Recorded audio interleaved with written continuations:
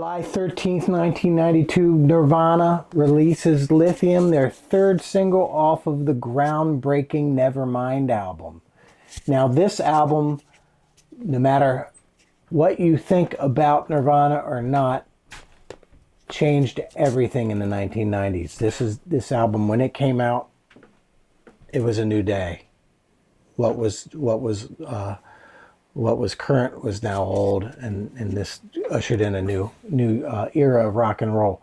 So what you had in Kurt Cobain was a guy who had kind of like a punk rock edge and attitude, but he also had songwriting capability, and he was a poet.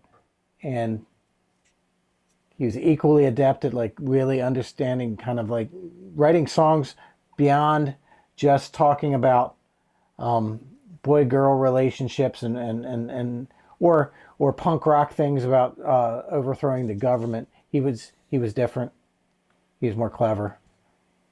So Lithium is an example of this song, and Lithium is going to be the song we're going to check out today. Lots of stuff going on in Lithium.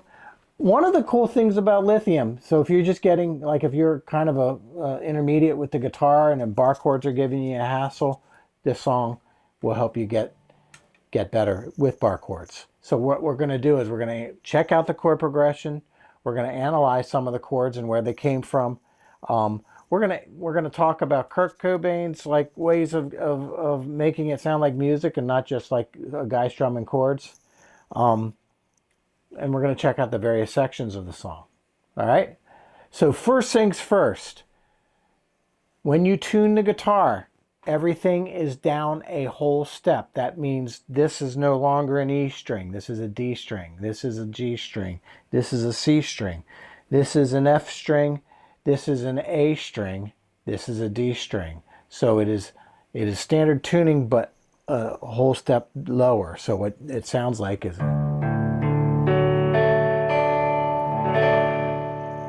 And the song kind of starts with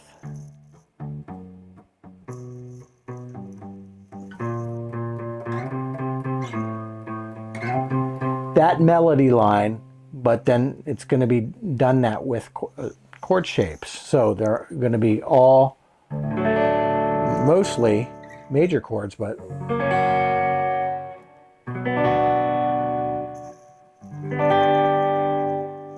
so Kurt Cobain was a real student of songwriting. What makes him, I think, cool, and everyone has a different opinion, is he had the punk rock influences, he had the Melvins influences, which included like Black Sabbath strains but he had like esoteric punk rock, that Black Flag and lots of punk that nobody's ever heard of. He was a big fan of the Pixies, but he was also a Beatle guy. He was also the Monkees. He was also David Bowie. He was also obscure 60s garage music. Okay? He was also, he covered Leadbelly tunes. So he was a deep audiophile. He loved lots of different kinds of music, and he brought all that music into his universe. So that chord progression again, and where it comes from, we'll talk about. So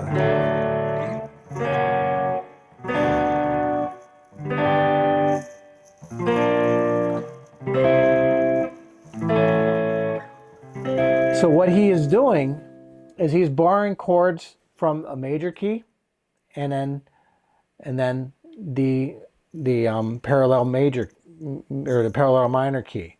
When I say that, so this is E major. Parallel major means E minor.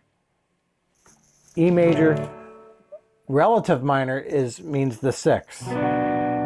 Okay, that's a different thing. So when we say parallel major, major and minor, so we have an E major chord. He draws from chords from both E major and E minor. So this is from E major. That G sharp's a weirdo chord. It's a secondary dominant chord, which is a cool thing in itself. This is going to be your sixth chord in E major. This is E major.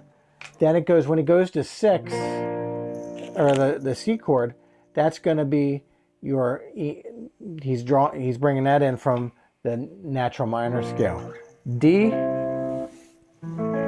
that B chord comes from E major. D and C come from E minor. Now, here's the deal. That's a thing the Beatles did. These are all chords we can play with. We don't have to just play chord progressions in a major key or a minor key. We can mix keys. Somehow they knew that. I'm fairly certain they don't understand it. They were not able to verbalize the parallel major and parallel minor, and they didn't understand all that. That's not where their heads were at. But that's a way we can understand it. The Beatles used it. David Bowie used it. Lots of songwriters used it. It is a cool device when creating chord progressions to find chords that leave key in interesting ways. So, all right. So with that said, so what is the Kurt Cobain way, Vito? Like what are we doing? What is the thing that Kurt does to make his chord progression special? How would you describe it? Hi Rod. So yeah, I mean, I think the thing that's interesting to me is like that sort of mix of like the melodic and that sort of edgy punk. There's like an anger underlying it, and so like one of the things I know we sometimes talk about is like the loud and soft aspect of it, right? Which is like in lots of Nirvana songs, we had the loud soft thing. Yeah, I mean that's a big part of it, and also I think about like you mentioned songwriting earlier, and it is like it. I think it's like the songwriting was like exactly what we were all waiting for at the time. What grade were you in when this? I was in, gosh, I was in 8th grade. Okay. I think when I first you're the right age. Yeah, to no, accept I was really into like hip hop, and really trying to figure out who the hell I was. Still am in some ways. And I think it hit at a time when it was like it really spoke to that sort of. There's like an angst to the lyrics, especially "Smells Like Teen Spirit," obviously, but all the songs, you know, "Lithium" especially too, of like we sort of know things aren't the way they should be. Mm-hmm. And I think he just kind of had a way of doing that. That's kind of like that's what rock and roll and punk rock and Bob Dylan. Yeah, really, the coolest Dylan songs are that way.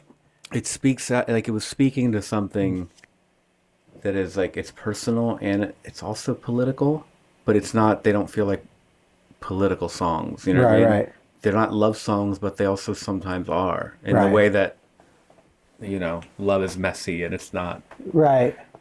And so yeah, I mean, I think that part for me really hit. And like you mentioned, like the Beatles and the Monkees, and I realized like I grew up listening. I mean, I watched the Monkees. Not that I'm like, I mean, the reruns of the Monkees on Nickelodeon or whatever. Right. But also, my dad played a lot of the Beatles. Right. You know, and so like, I think something about that too, that I already had sort of a connection to those songs. And then this thing comes that's like speaking those songs in a language that makes more sense. Yeah. At the time. And it also makes music accessible to people. Like in the 80s, everybody was bragging about that we practice 12 hours a day and we shred and all that kind of stuff. And Kurt Cobain was like, nah. Yeah, there's a cool song. Like, here's these chords. Right. Let's start a band. Turn the amp up. Right. You know Let's start a band. And like, and also I think that the thing of like I think this happened later with him and like Fender guitars and that sort of thing. But, you know, there's this whole thing of, you know, Slash plays a Les Paul and like about the equipment of it all, like the luxury of what, and this guy's like just smashing his shit after the show. You know what I mean? Right. I saw an interview. He got the guitars he got from Fender were the ones that were affordable and yeah. That is a now they're not affordable because they have his name on it. Well, that's I mean Fender turned that into something, but at the time, like it wasn't about the equipment. It wasn't about being a guitar player. It was just about like the songs themselves. Yeah, and the whole package is like as I said, he was a poet. It's like his heroes, just as much as his heroes were the Pixies and Killing Joke and all these things. William Burroughs. And for a sure. lot of Beat Generation stuff and songwriters who were writers. And songwriters who are writers. So now one of the things that he does, here we discussed the chord progression. He also arpeggiates the chord progression, and sometimes he can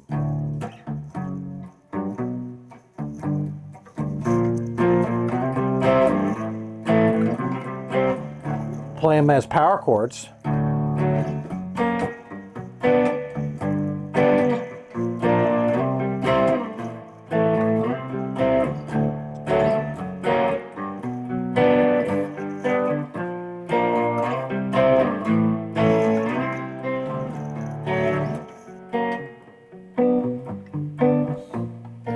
All points in between you can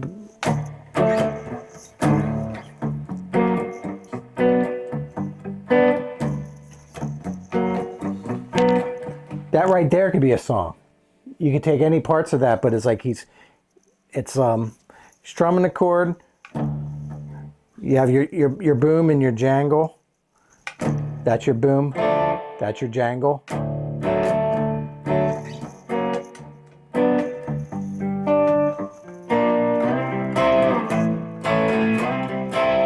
And then you rock it up.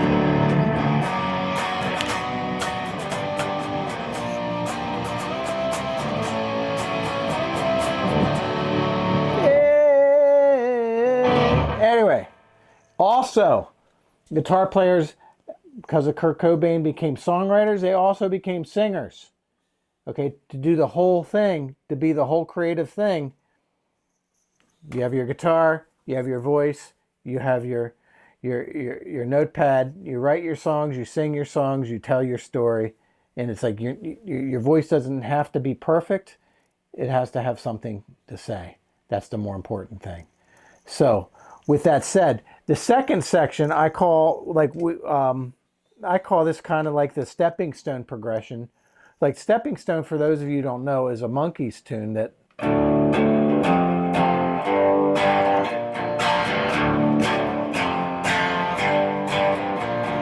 Okay, so this right here, that's about a girl. Okay, so the B section to I want you, I'm not gonna. So people ask, can I play open chords? Do I play open chords? Do I play bar chords? And my answer is yes. You can do either one of this. What we want to do is we want to get away. We want to recreate the sound. We don't want to it's not a tablature thing. Okay. Jangly open chords sound good. So do bar chords. Power chords sound less good. But even that can work.